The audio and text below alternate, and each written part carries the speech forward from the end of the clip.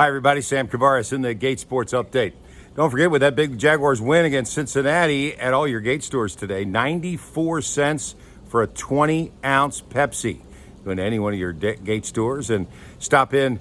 94 cents, that's it. And then a 20-ounce Pepsi for you at all participating Gate locations. It is a big win for the Jaguars because, I mean, you know, you're climbing back closer to 500, which kind of puts you back in the thick of things. I've always said that there's a few really good teams in the league. In 2017, the Jaguars were one of those. And there's a few really bad teams. And then there's about 20 teams, maybe more, that are just mediocre, you know? I mean, just average, maybe 25 teams. The Jaguars are in that spot. It's better than being one of the bottom dwellers, that's for sure, where Cincinnati and Washington are at this point. But the Jaguars need to continue to play that kind of defense, get those kind of turnovers, that kind of stop the run, and that kind of pressure on the quarterback in order to win games. They came alive offensively kind of in the second half, and although Gardner Minshew's stats were better than perhaps the eye test gave him, he still is a rookie quarterback who is having things taken away from him by defensive coordinators, and how he adjusts over the next couple of weeks, I think, is important for the Jaguars, simply because wins. And also, you know, Nick Foles is coming back. In fact, he threw some practice balls before the game Sunday in Cincinnati, and he'll begin practice on Wednesday this week. Doug Marrone will have a decision to make. I've always been of the philosophy, look, keep playing with the hot hand.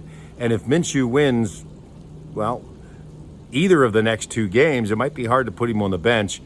But at the same time, Foles was your starter. Foles is going to hit some of those passes that Minshew continues to miss, although he does have less mobility than Minshew. It's going to be a hard decision, but right now the Jaguars have some time, probably till November 17th against Indianapolis, to make that decision. The Jets will be in town this coming week. Another game where the Jaguars will be favored. And this is important because the Jaguars were supposed to beat Cincinnati, and they did. That's not something that always happens. So they went out there and beat them. They should beat the Jets this week. We'll see, although, of course, the Jets got their first victory just a week ago with Sam Darnold back in the lineup. It is a shootout for the SEC East, isn't it? Literally, every team controls their own destiny. And what's the biggest game of the year now? The Georgia-Florida game, which comes up just in 2 weeks, I guess you could say, just less than 2 weeks at home. It's a 3:30 kickoff, and it's also a very big weekend. Not big enough in terms of what I think how the city and Mayor Lenny Curry should do that, but they've taken at least a little step with this bash that they're putting on. But there's so many things that they could do with Georgia, Florida that could make such a difference that both schools would want to come back here, and there wouldn't be much of a negotiation going on to extend the contract. I'm Sam Kavaris, and that's the Gate Sports Update. Don't forget, after a Jaguars win, like the one against Cincinnati, today at all Gate stores, 94 cents and a 20-ounce Pepsi is yours. We'll be back to talk during the week as Nick Foles begins to practice and the Jaguars prepare for the New York Jets coming in this coming Sunday.